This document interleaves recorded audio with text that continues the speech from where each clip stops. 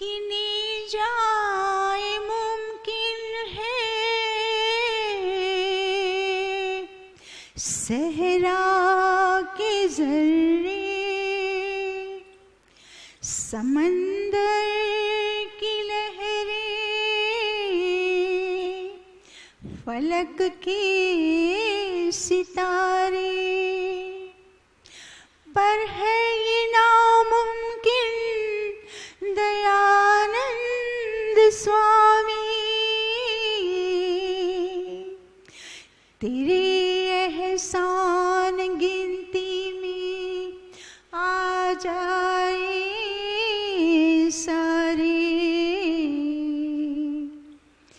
तेरे एहसान गिनती में आ जाए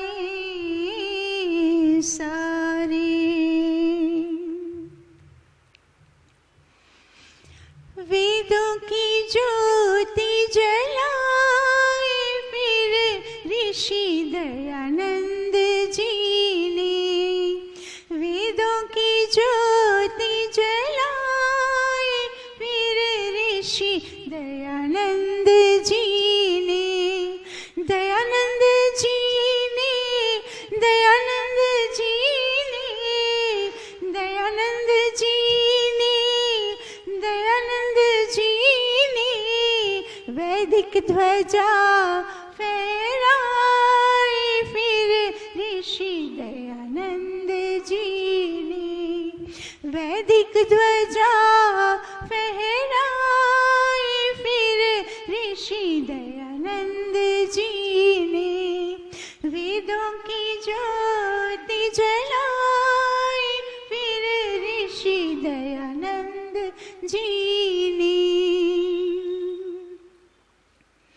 शिवलिंग पर चूहों की शैतानी, शिवलिंग पर देखी चूहों की शैतानी, हुई मूल शंकर को बेहद हैरानी, हुई मूल शंकर को बेहद हैरानी, पत्थर पूजा छुड़वाए दीनी ऋषि दयानंद जी ने, पत्थर पूजा छुड़वाए दीनी ऋषि दयानंद जी ने, वेदों की ज्योति जलाई फिर ऋषि दयानंद जी ने, पत्थर की पूजा को झूठा बताया, पत्थर की पूजा को झूठा बताया, निराकार ईश्वर का गुणगान गाया, निराकार ईश्वर का गुणगान गाया, संध्या की रीत सिखलाई दीनी ऋषि दयानंद जी ने, संध्या की रीति सिखलाई दीनी ऋषि दयानंद जी ने, वेदों की ज्योति जलाई फिर ऋषि दयानंद जी ने,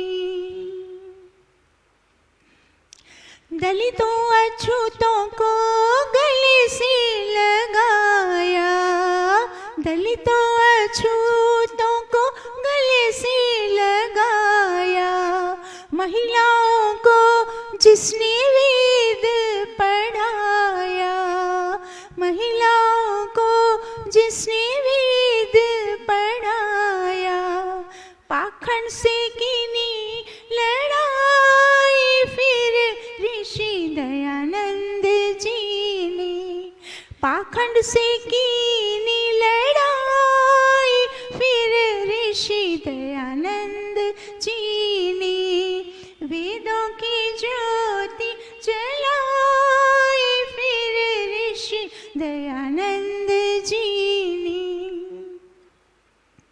सत्य अर्थ का प्रकाश हमको दिखाया, सत्य अर्थ का प्रकाश हमको दिखाया।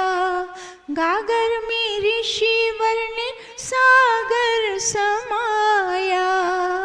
गागर में ऋषिवर ने सागर समाया। शुद्धि प्रारंभ करवाए दीनी ऋषि दयानंद जी ने।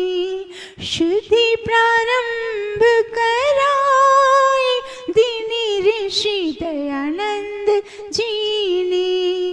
वेदों की ज्योति जलाए फिर ऋषि दयानंद जी ने। छुआछूत ऊंच नीच जिसने मिटाया। छुआछूत ऊंच नीच जिसने मिटाया। भूत प्रेत के भय को जिसने भगाया। भूत प्रेत के भय को जिसने भगाया। हिंदी की महिमा बढ़ाए दीनी ऋषि दयानंद जी ने। हिंदी की महिमा बढ़ाए दीनी ऋषि दयानंद जी ने। वेदों की ज्योति जलाए फिर ऋषि दयानंद जी ने। गौपालन का जिसने गौरव बताया। गौपालन का जिसने गौरव बताया। आजादी का जिसने अलख जगाया। आजादी का जिसने अलख जगाया। भारत में क्रांति मचाई दीनी ऋषि दयानंद जी ने। भारत में क्रांति मचाई दीनी ऋषि दयानंद जी ने। वेदों की ज्योति जलाई दीनी ऋषि दयानंद जी ने। दयानंद के पथ में चलो बहन भाई। दयानंद के पथ में चलो बहन भाई। वेदों से होगी हम सब की भलाई। वेदों से होगी हम सब की भलाई। वेदों की महिमा गाए दीनी ऋषि दयानंद जी ने। वेदों की महिमा गाए दीनी ऋषि दयानंद जी ने। वेदों की ज्योति जलाए ऋषि दयानंद जी ने। ईश्वर कृत वेदों का लेकर सहारा। ईश्वर कृत वेदों का लेकर सहारा। फिर वो अकेला किसी से न हारा। फिर वो अकेला किसी से न हारा। वेदों की धुंध भी बजाई फिर ऋषि दयानंद जी ने। वेदों की धुंध भी बजाई फिर ऋषि दयानंद जी ने। वेदों की ज्योति जलाई फिर ऋषि दयानंद जी ने। काशी में पंडों पर भव्य विजय पाई। काशी में पंडों पर भव्य विजय पाई। सिद्ध किया धोखा है पत्थर पूजाई। सिद्ध किया धोखा है पत्थर पूजाई। पत्थर पूजा छुड़वाई दीनी ऋषि दयानंद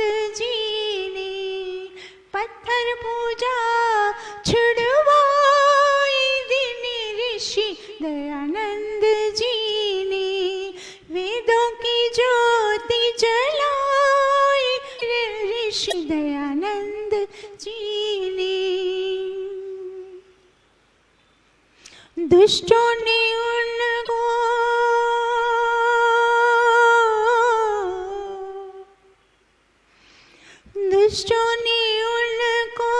जहर दे के मारा, पापी दुष्टों ने उनको जहर दे के मारा। हुआ दिवाली में सहसा अंधियारा, हुआ दिवाली में सहसा अंधियारा। हम सबसे ले लेनी विदाई महर्षि दयानंद जी ने। हम सबसे ले लेनी विदाई महर्षि दयानंद जी ने। वेदों की ज्योति जलाई फिर ऋषि दयानंद जी ने। उनके संकल्पों को पूरा करेंगे, स्वामी के संकल्पों पूरा करेंगे। उनके संकल्पों को पूरा करेंगे, स्वामी के संकल्पों को पूरा करेंगे। वेदों की खातिर जिएंगे मरेंगे, वेदों की खातिर जिएंगे मरेंगे। हम सब में लगन लगाई दीनी ऋषि दयानंद जी ने। हम सब में लगन लगाई दीनी ऋषि दयानंद जी ने। वेदों की ज्योति जलाई फिर ऋषि दयानंद जी ने। दयानंद जी ने, दयानंद जी ने, दयानंद जी ने, दयानंद जी ने। वैदिक ध्वजा फहराई फिर ऋषि दयानंद जी ने। वेदों की ज्योति जलाई फिर ऋषि दयानंद जी ने।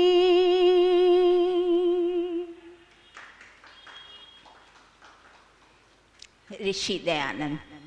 मैं ऋषि दयानंद सरस्वती का नाम आते ही मन में प्रसन्नता, प्रफुल्लता और शक्ति का संचार होने लगता है। वास्तव में सच बताएं, जब अधिक ज्यादा लंबा भजन होता है तो वाद्यंत्र होते हैं ना, जब तब तो उसमें गले को थोड़ा सा विश्राम मिल जाता है, बीच में वाद्यंत्र बजते हैं और फिर व्यक्ति आगे अच्छे से गा सकता है। पर बिना वाद्यंत्र के इतना लंबा गाना, ये स्वामी जी की, वास्तव में ये उन्हीं की कृपा है। हम उन्हीं के सैनिक हैं, हमें वो अपने सैनिकों को बल वो खुद स्वयं देते हैं। इतनी सशक्त, हमें इतनी शक्ति भर देते हैं हर प्रकार से। शारीरिक शक्ति बोलो, मानसिक शक्ति बोलो, आत्मिक शक्ति बोलो और आर्थिक शक्ति, सारी, कोई किसी शक्ति की कमी हम में नहीं छोड़ते। ऐसे हमारे गुरुवर, हमको इतना हमारा सौभाग्य है हमें ये गुरुवर मिले। और हम इस इतने लंबे भजन में सारी लगभग बोले तो ऋषि की गाथा, जन्म से लेकर कैसे फिर उनको कैसे कैसे क्या छोटी मोटी घटनाएं, उन सब से तो हम अच्छी तरह से वाकिफ हैं कि कैसे ऋषि को हर तरह से। वरना आप सोचिए 13-14 वर्ष का बालक आज कितने सारे इतने बड़े बड़े लोग मंदिरों में जाते हैं, पढ़े लिखे इंजीनियर, डॉक्टर, पत्थर की मूर्ति पे फूल चढ़ाते हैं, पत्थर को आरती करते हैं, पत्थर को क्या पता क्या क्या करते हैं, पत्थर से मांगते हैं। इतने पढ़े लिखे लोगों को कभी ऐसा विचार नहीं आया। ये छोटा सा बालक 13-14 वर्ष का, उसको तुरंत विचार आया कि ये क्या हो रहा है, ये तो भगवान नहीं हो सकता, ये तो ईश्वर हो ही नहीं सकता। ईश्वर जो इतने छोटे से चूहों से अपनी रक्षा नहीं कर, उसको नहीं हटा रहा तो मेरी रक्षा कैसे करेगा। तो ईश्वर तो वो है जो सर्व रक्षक है, जो सारी सृष्टि को चलाता है, तो वो ईश्वर ये तो नहीं है। तो मुझे सच्चा ईश्वर ढूंढना है। अब इतना छोटा सा बालक, आज देखिए इतने बड़े विश्व में किसको, कितने लोगों को ये विचार आता है, अंधाधुंध बस सब जा रहे मंदिर, चलो मंदिर जाओ। अरे कुछ तो सोचो, कुछ तो विचारो, इतने पढ़े लिखे हो, थोड़ी विद्या ग्रहण करो। नहीं, विद्या अविद्या। जब स्वामी जी आए थे तब भी चारों ओर से अविद्याग्रस्त था हमारा देश, पूरा भारत। महाभारत के युद्ध के बाद पूरा भारत का विध्वंस हो चुका था और 5000 वर्ष तक उसके पश्चात ऋषि आए। तो 5000 वर्ष में तो ऐसी दुर्दशा हो गई देश की, प्रत्येक व्यक्ति ऐसा अज्ञानी महामूढ़ सारे कुरीतियों से ग्रस्त हो गया, सारी भ्रांतियां, भ्रम, क्या पता क्या क्या बोले, तो इतनी अविद्या के क्या बताएं। मानव की सभ्यता, संस्कृति, विद्या नहीं है तो सब छिन जाता है और सारी आत्मशक्ति कम हो जाती है, शारीरिक बल कम हो जाता है। विदेशियों ने आके हमला करके गुलाम बना दिया, ऐसी दुर्दशा। अब ऐसे में क्या क्या करना था स्वामी जी को, ऐसे पूरे देश की ऐसी दुर्दशा में एक व्यक्ति को सबसे जूझना, ऐसे हालातों से जूझ के और सारे हालातों का बदलना, सुधार लाना, ये कितना बड़ा काम, कितना कठिन काम और कितना जैसे असंभव काम। और ऐसे बड़े काम को, कठिन काम को, असंभव दिखते हुए काम को भी संभव करके दिखाया। उनके एकदम सुदृढ़ ऐसे पुरुषार्थ आज भी कुछ लोग करते हैं पर मार्ग सही नहीं होता। पुरुषार्थ और परिश्रम करें सही मार्ग पर, थोड़ा करेंगे तो भी उसका परिणाम अच्छा आएगा। तो सही मार्ग पर ऋषि डटे रहे और उस पूरे सारी समाज में परिवर्तन लाना। इतने उनके जब जीवन चरित्र पढ़ते हैं तो बहुत सारे अनेक उनके प्रसंग आते हैं कि कैसे कैसे उनको, कैसे कैसे लोगों के साथ कितना सारा वो सामना करना पड़ा अपनी रक्षा के लिए भी। तो जैसे प्रचार करते करते एक बार वो ये गुसाई छोटू गिरी, ऐसा कुछ उसका नाम, ऐसे तो अनेक बंदे उनके मार्ग में बाधा बनने के लिए, व्यवधान डालने के लिए उपस्थित हो जाते थे।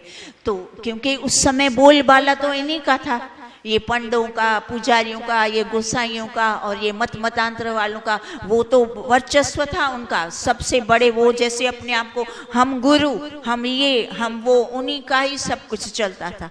अब ऐसे प्रतिष्ठित लोग, उस समय वो प्रतिष्ठित थे और हमारे ऋषि अकेले सत्य के मार्ग पर, तो उनका इतना विरोध होता था हर जगह, जहां जाते उनका जबरदस्त विरोध, शब्दों से विरोध, पत्थरों से विरोध, हर प्रकार से विरोध। तो एक बार ये छोटू गिरी गुसाई आ गया, 250 जितने सहस्त्र लोगों को इकट्ठा करके चढ़ाई करके उनके स्थान पर आ गया। अब ऋषि अपनी दिव्यता से, उनको तो अनुभव, फिर जीवन में अनुभव से व्यक्ति सीखता जाता है और थोड़े थोड़े उपाय भी उसको समझ में आने लगते। वो समझ गया इसकी दुष्टता, उदंडता, उसके चेहरे से, व्यक्ति के चेहरे से, उसके भावों से हमारे प्रति उसकी कितनी उदंडता है, वो कैसे भाव रखता है, वो समझ आ जाता है। तो ऋषि समझ गए कि ये तो बड़ा उदंड व्यक्ति है और ये लड़ाई के भाव से ही यहाँ आया है और बोल रहा है कि शास्त्रार्थ करो। तो किया, तो शास्त्रार्थ में उनको तो कुछ आता जाता है नहीं, बगले झांकने लगा। और फिर वहाँ क्या था, एक पताशों का, जब कोई भी होता है तो पताशे, तब उस समय प्रसाद के तौर के लिए तो पताशे पड़े। तो उस व्यक्ति ने क्या किया, दोनों हाथों से एक एक करके पताशे खाने लगा।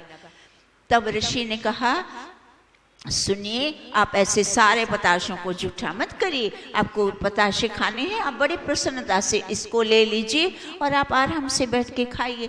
तो वो तो था ही लड़ाई के मूड में, उसको तो लड़ाई करनी थी। बोले, अच्छा बच्चू, तू मेरी जूठन से बड़ा परहेज करना चाहता है, हम गुरु हैं सबके, हमारी जूठन से तू परहेज करेगा, मैं तुम्हें सीधा करता हूँ, मैं तुम्हारी ये सारी अकड़, तुम्हारी ये सब निकालता हूँ। क्या उल्टा सीधा बकवास करने लगा।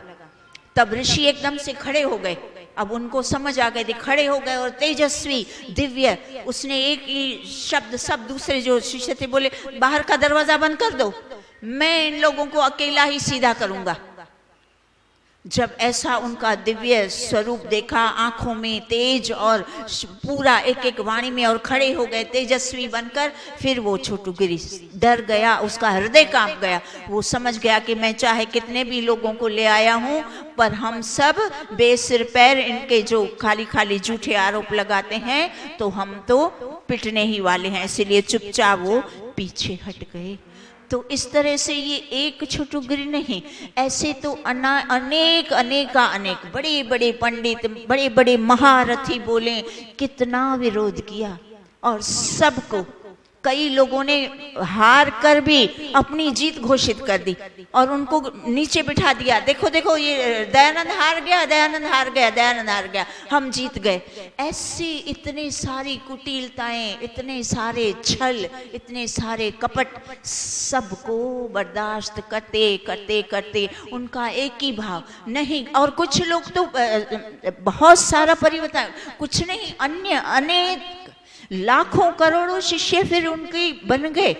ये जो बड़े बड़े ठाकुर थे, फिर ये जो राजपूत राजा थे, तब रजवाड़ा था, तो बड़े बड़े राजाओं को फिर इन्होंने क्या सोचा कि राजा को मैं जब शिक्षा दे दूंगा वेदों की और लौटाना, उनका मुख्य काम था वेदों की और लौटो। जब वेदों से व्यक्ति जुड़ेगा तो राजा जुड़ेगा, राजा शिक्षित होगा तो प्रजा फिर अपने आप थोड़ी सी शिक्षित हो जाएगी और सारे के सारे वेदों की ओर लौटेंगे। तो उन्होंने राजाओं, रजवाड़ों को, बड़े बड़े राजाओं के पास जाते और उनको प्रवचन करते, उनको वेद पढ़ाते, और कुछ बहुत सारे राजा तो उनसे सहमत हुए और उनको गुरु मानकर उनकी आज्ञाओं का पालन करके और अपनी प्रजाओं को भी इस तरह से अनेक व्यक्ति हमारे वेदों से जुड़ गए। तो तब ठाकुर भी ज्यादा हुआ करते थे।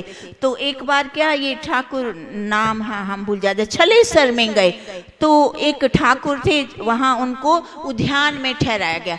तो एक उद्यान में छलेसर में ठहराया गया, तो वहाँ के जो आसपास के गांव के 250 लोग पैदल बिना चप्पल पहन के, जिनको श्रद्धा होती है वो श्रद्धावान ही होते हैं, चप्पल भी नहीं डालते थे। नहीं, गुरु के वहाँ सत्संग सुनने, गुरु के चरणों में जा रहे हैं, बिना चप्पल के जाना है, श्रद्धा पूर्वक पैर, खुले पैर उनके दर्शन करने आते। और शाम को, रात्रि काल में, सायंकाल में स्वामी जी के प्रवचन चलते रहते थे। तो जो ये बड़े बड़े ठाकुर थे, एक बार ठाकुर मुकुंद सिंह सैकड़ों राजपूतों को लेकर के फिर उनके प्रवचन सुनने आते और उनके यज्ञोपवीत लेके सारा उनका परिवार भी इसी तरह से गुरु के चरणों में, स्वामी जी के चरणों में शिष्य बन गए और बहुत सारा कुछ आगे चलाने लगे और प्रतिदिन आने लगे।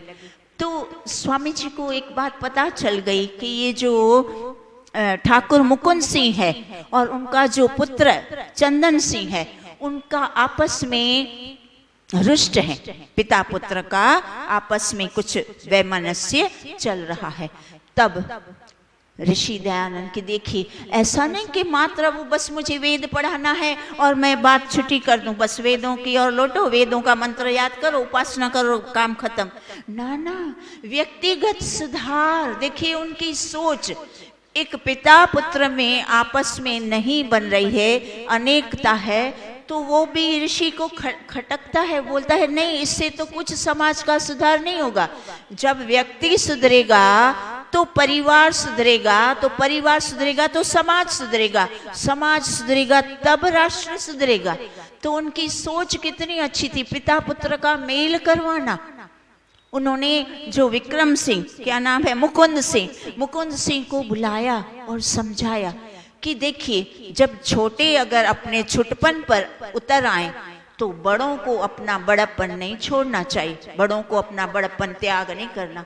आप बड़े हैं, आप पिता हैं, आप उसको वात्सल्य, आप संतानों को वात्सल्य से हीन कर देंगे तो फिर उस मनुष्य के लिए इस दुनिया में सब फीका हो जाएगा, वो अपना सुख स्वयं छीन रहा है। मतलब उनके कहने का तात्पर्य क्या था कि परिवार में एक दूसरे के साथ सदस्य मेल मिलाप से प्रेम पूर्ण वर्तो, तब देश उन्नत होगा, तब परिवार उन्नत होगा। तो ये वैमनस्य जो है आपका वो मिटा दो। और क्या किया, जो पुत्र उनका, जैसे यहाँ दो बैठे हैं तो पुत्र भी बैठा था कुर्सी पे, पिता बैठे थे, उन्होंने उठ करके जो चंदन सिंह को हाथ से पकड़ के पिता की गोद में बिठा दिया। बोले इनको वात्सल्य करो और आपस में जो भी थोड़ा सा भी आपके अंदर बीच में है मिटा दो। क्यों? तो इस तरह से देखिए, आज ये बातें हमें कहाँ देखने को मिलती है। आप जहाँ भी जाओ तो लोग जो हमारे बड़े हैं वो ऊपर से दो का बन रहा है तो इनको अलग कैसे करें, इनसे लड़ाई कैसे, इनकी लड़ाई करवानी, क्योंकि उससे मेरा स्वार्थ सिद्ध होगा। बताइए, ऐसे ऐसे बड़े हमें देख के हमें इतना दुख होता है, इतना अफसोस होता है कि हम कह तो रहे हैं हम ऋषि के भक्त हैं, हम ऋषि की संतान है, हम ऋषि के सैनिक हैं, और करतूत तो देखो ऋषि ने क्या क्या किया और आप क्या कर रहे हो। छोटों को मार्ग दिखाने की बजाय छोटों को भड़का रहे हो। ये क्या तरीके हैं? कैसी कैसी बातें ओछेपन पे उतर आते हैं अपने स्वार्थ के कारण। आप सोचो तो सही, थोड़ा सा स्वार्थ, आपको यश चाहिए, आपको और अरे इतना तो मिला है और कितना चाहिए, पेट ही नहीं भरता, बस मात्र मैं ही रहूं, दूसरा कोई नहीं, सबको कुचल डालो, सबको नीचे कर दो, मैं ऊपर होना चाहिए। अरे ये क्या तरीके हैं? और ऊपर से कहलाना तो ऋषि के भक्त हैं, हम ऋषि के मार्ग पे चलते हैं। तो ऋषि के मार्ग पे चलना तो सबको है, बहुत अच्छी बात है, पर थोड़े थोड़े ऋषि के गुण हमें अपने अंदर धारण, और अगर बड़े इस तरह का बड़ों का व्यवहार होगा तो फिर बेचारे दूसरे लोग क्या करेंगे। तो इस तरह से हमें ऋषि के गुणों को धारण करना है। और वही ये जो जिस जगह पे आए थे उस जगह का नाम क्या था? छलेसर। तो छलेसर की बात, अब दूसरा एक छोटा सा प्रसंग बताते हैं। तो उनको ऊंच नीच का जरा भेद नहीं था। जो ये छलेसर में रुके थे ना बड़े बड़े ठाकुर, उन ठाकुरों ने उनको उद्यान में रुकाया था, और प्रतिदिन दोनों तीनों समय में उनके लिए बहुत ही उत्तम भोजन, अमीर ठाकुर तो उत्तम से उत्तम भोजन उनके लिए दोनों समय आ जाता था। तो एक बार अभी समय भोजन में समय आने, उसमें थोड़ा समय बाकी था, तो इतने में एक किसान, गरीब कृषि, उसके हाथ में 3-4 मोटी मोटी मक्की की रोटियां थी, और वहां से वो रास्ते से गुजर रहा था। स्वामी जी को देखा तो एकदम से उसके मन में इतने भाव उमड़ पड़े और स्वामी जी के चरणों में नमस्कार किया, और उसने बड़ी करुणा से बोला, स्वामी जी आज मेरी इच्छा है कि आप मेरा अन्न ग्रहण करके और मुझे भवसागर से पार कर दीजिए, मैं चाहता हूं कि आप मेरा अन्न ग्रहण। तो स्वामी जी इतना हर्षित हो गए, बोले हाँ, ऐसे दोनों हाथ धर दिए और बोला दीजिए। और उसने, किसान ने एक मोटी मक्के की रोटी उनके हाथ में धरी, और स्वामी जी उनका 36 प्रकार का भोजन ठाकुरों के वहां से आने वाला था, उसको न करके उन्होंने वो मक्की का रोटी हाथ में ऐसे स्वाद से खा रहे हैं कि जैसे 36 प्रकार का भोजन, इतना अच्छे से उन खा के और तृप्त होके और उसको आशीर्वाद भी दिया। और वो जो किसान था गरीब, आंखों से उसके जो आंसू, क्योंकि उस समय छुआछूत का और दलितों का आदि बहुत अधिक भेदभाव था। तो ऋषि ने ऐसे अपने उदाहरण देके स्वयं उनके हाथों का खा के सबको दिखाया, देखो मुझे कोई भेदभाव नहीं, आप अगर मुझे गुरु मानते हो, स्वामी मानते हो, जो भी मानते हो, तो फिर जो मैं करता हूँ वैसे तुम्हें भी करना पड़ेगा। तो इस तरह से स्वयं अपने वो चीजों को धारण करके दूसरों को इस तरह से सिखाया। तो ये बात अब है, दोनों छोटे छोटे प्रसंग हमने सुने। एक था कि एकता बनवाना और दूसरा था छुआछूत को मिटाना। तो एकता कायम करना भी हम सबका कर्तव्य है। ऋषि दयानंद सरस्वती ने आर्य समाज, हमारा टाइम हो गया, अब हम इसी बात को कल थोड़ा अच्छे से सुनते हैं। ओम द्यौ शांतिरंतरिक्षं शांति पृथ्वी शांति रापः शांति शतयः शांति वनस्पतयः शांतिर्विश्वे देवा शांति ब्रह्म शांति सर्वं शांति शांतिरेव शांति सामा शांति रेधि। ओम शांति शांति शांति। सर्वेभ्यो नमः। आप सबका बहुत बहुत